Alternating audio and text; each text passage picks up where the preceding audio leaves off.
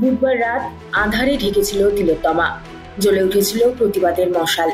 মহানগরের রাজপথ জুড়ে মোমবাতি হাতে শুধু মানুষের মিছিল, কোথাও ফোনের ফ্ল্যাশলাইট জেলে প্রতিবাদে সামিল হয়েছিলেন শহরবাসী। শুধু কলকাতা নয়, এই ছবিটা ছিল আসানসোল থেকে শিলিগুড়ি সর্বত্র। আরজি করেও বিশেষ কর্মসূচি পালন করেন জুনিয়র ডাক্তাররা। নির্যাতিতার প্রতীকী ছবির সামনে শত শত আলোর মোমবাতি জ্বলছিল। ডাক্তাররা গাইছিলেন আগুনের পরশমণি। সেই সময় সেখানে ছিলেন নির্যাতিতার বাবা মাও। চোখে তাদের জল, বারবার চোখ মুছছেন নির্যাতিতার বাবা। মা ভেঙে পড়ছেন কান্নায়। এই দৃশ্য যেন চোখে দেখা যায় না। ডাক্তারদের এই আন্দোলনকে পূর্ণ সমর্থন জানিয়ে কর্মসূচিতে যোগ দিয়েছিলেন তারা। পরে আরজি করে সংবাদ মাধ্যমের মুখোমুখি হয়ে পুলিশের বিরুদ্ধে ক্ষোভ উগরে দেন নির্যাতিতার বাবা। তার অভিযোগ, পুলিশ তাদের টাকা দিতে চেয়েছিল। ঘটনার দিন পুলিশের ভূমিকা, হাসপাতালের ভূমিকা সহ একাধিক বিষয় নিয়ে প্রশ্ন তোলেন তিনি।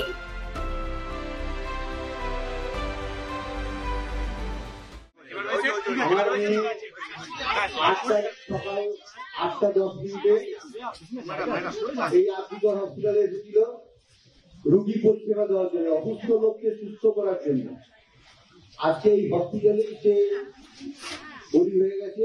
দুর্বৃত্তদের পাল্লায় করে দুর্বৃত্তরা তার জীবনটা শেষ করে দিয়েছে। আজকে তার এতদিনের স্বপ্ন, এবং আমি যে ৬২ বছর ধরে যে স্বপ্ন তিন করে গড়ে তুলেছিলাম, একটা রাতের মধ্যে আমাদের জীবনটা পুরো উলটপালট করে দিয়েছে। আমার মনে কতগুলো প্রশ্ন এসছে, আমি শুধু মিডিয়ার কাছে সেই প্রশ্নগুলোই রাখছি। প্রশ্ন এক, পুলিশ আমরা এখন জানতে পারছি আর্থিকর যে আউটসোর্স আছে তারা 10 মিনিটে আমার মেয়ের এইরকম পরিণতি খবর পায়, কিন্তু তারপরেও কিন্তু ওরা কোনো আমার মেয়ের কোনো শারীরিক পরীক্ষা করেনি। এটা তাদের প্রথম কাজ ছিল, সেটা কিছু করেনি।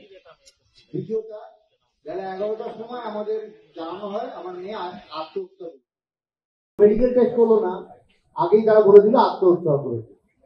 ঠিক আছে, কেন বলেছে এটা সেটা তারাই জানে, তারাই উত্তর দেবে। আমাদের মেয়েকে দেখতে আমরা যখন হসপিটালে আসি 12টা 10 মিনিটে, আমার সেই মেয়ের মুখ দেখতে 3 ঘন্টা 3.5 ঘন্টা ওই সেমিনার হলের বাইরে আমাদের বসিয়ে রাখা হয়, এবং মেয়ের মা মানে অভয়ের মা পুলিশের হাতে পায়ে ধরতে শুরু করে। ভেতরে তখন লোকজন ঘোরাঘুরি করছে, আমাদের কিন্তু ভেতরে ঢুকতে হবে। এটা কি কারণে? এই প্রশ্নটা আমার উত্তর চাই।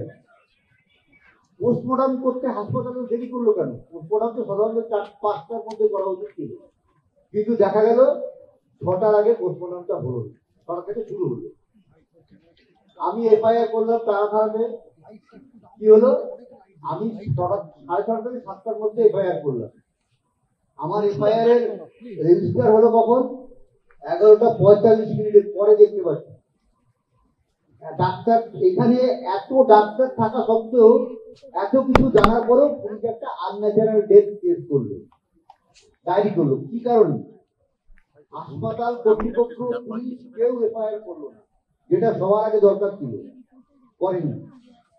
12টা থেকে বিকাল 7টা পর্যন্ত আমরা এই আর্থিক হসপিটালে কর্মী ছিলাম, কিন্তু হাসপাতাল কর্তৃপক্ষ এবং ঊর্ধ্বতন কর্তৃপক্ষ কেউ আমাদের সঙ্গে কি কথাও বলেনি। আমরা দেহ রেখে দিতে চেয়েছিলাম, আমরা দেহটা রেখে দিতে চেয়েছিলাম, কিন্তু যে কোনো এত প্রেশার আমাদের তৈরি করা হয়েছিল সেই সময়। আমরা টালা থানায় গেছিলাম, টালা থানার সামনে আমরা 1 ঘন্টার উপরে বসেছিলাম। আমাদের ফিরে যেখানে এমন পরিস্থিতি তৈরি করে, আমরা বাধ্য হয়ে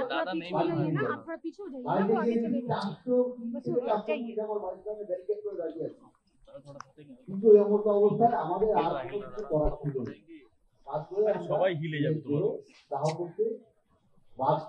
কিন্তু এখানেও একটা আমার প্রশ্ন, আমার মেয়ে ছেলে কোথায় মারা গেছে, শ্মশানের যে খরচ, সেই খরচটা কি করেছে তারা আমরা জানতে পারিনি, কিন্তু আজ পর্যন্ত কেন করা হয়েছে? কেন আমার মেয়ে আত্মার পরিচয় খুব কষ্ট হয়েছে, যে লাস্ট শেষ সময় হচ্ছে সে ভেবে গেছে যে আমার বাপি এই কত টাকা বাপি খরচা করতে পারলো না। কি মর্মান্তিক ছিল সেই দিনটা আমার কাছে। এই প্রশ্নের উত্তরটা আমার কে দেবে?